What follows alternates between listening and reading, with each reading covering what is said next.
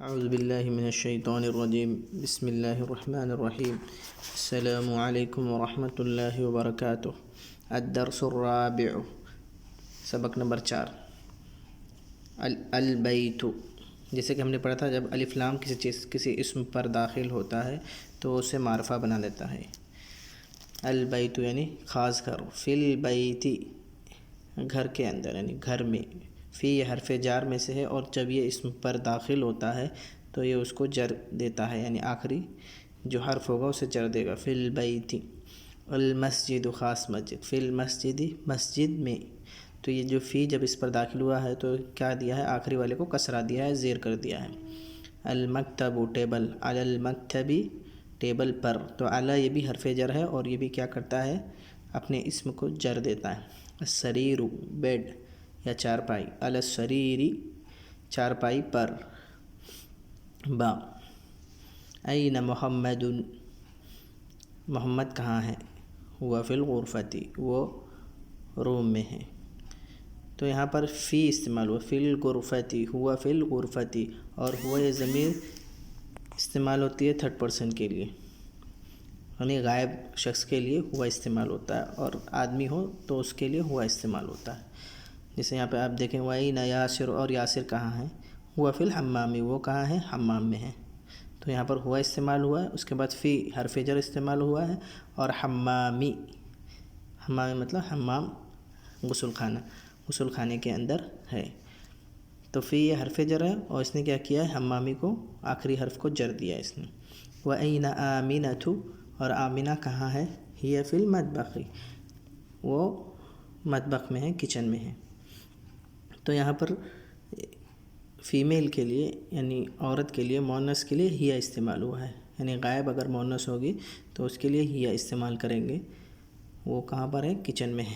N الکتاب، اور کتاب کہاں ہے، ہوا علی المکتب وہ ٹیبل پر ہے، تو یہ کتاب یہاں پر جو عربی میں جو اصل چیز ہے مذکر اور مؤنث، تو جس کے اندر تا مدورہ یعنی آئے گی، یعنی آخر میں تا آ رہا ہے، ساعۃ جیسے، تو وہ کیا ہے، مؤنث کے حکم میں آئے گی، اور جس میں نہیں آئے گا تو مذکر کے حکم میں آئے گی، تو کتاب یہ مذکر ہے، تو اس کا جواب جو دیا گیا ہوا علی المکتب وہ ٹیبل پر ہے۔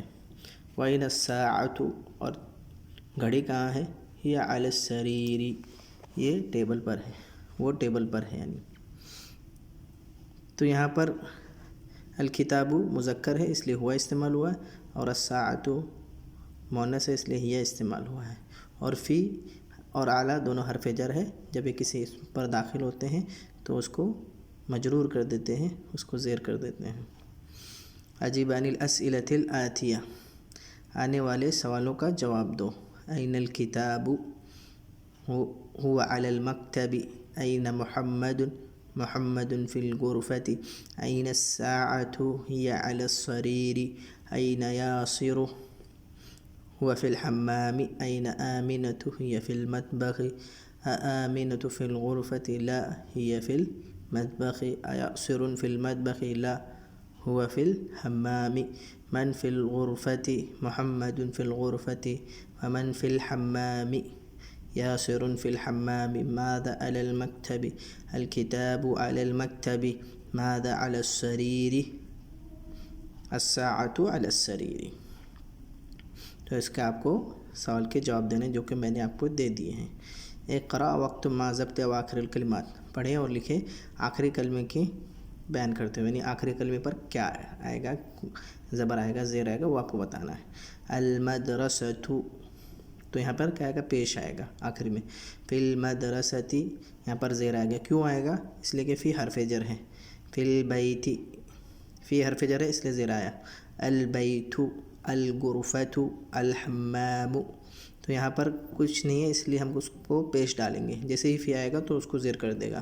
فی المطبخ، المکتب، علی المکتب، علی الکرسی، السریر، علی الکتاب، فی المسجد۔ اقرأ وقت، پڑھیں اور لکھیں۔ الطالب فی الجامعۃ، طالب علم یونیورسٹی میں ہے۔ الرجل فی المسجد، آدمی مسجد میں ہے۔ این التاجر، تاجر کہاں ہے، ہوا فی الدکان وہ دکان میں ہے۔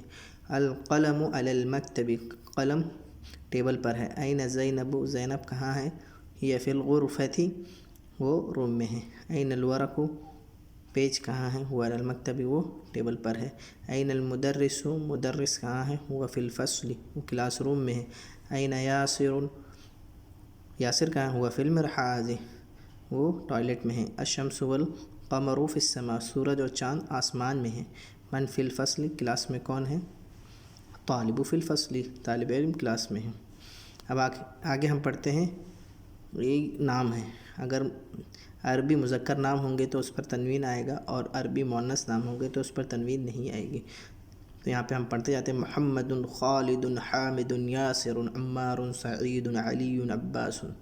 تو یہاں پر سب پر تنوین آئی ہوئی ہے. اور اب جب ہم مؤنث نام پڑھیں گے عربی کے تو اس پر تنوین نہیں آئے گی.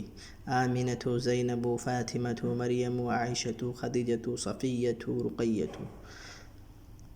اس کے بعد ہم پڑھتے ہیں اقرا وقت ما ضبط اواخر الکلمات آخری کلمے کے ضبط کے ساتھ پڑھیں اور لکھیں.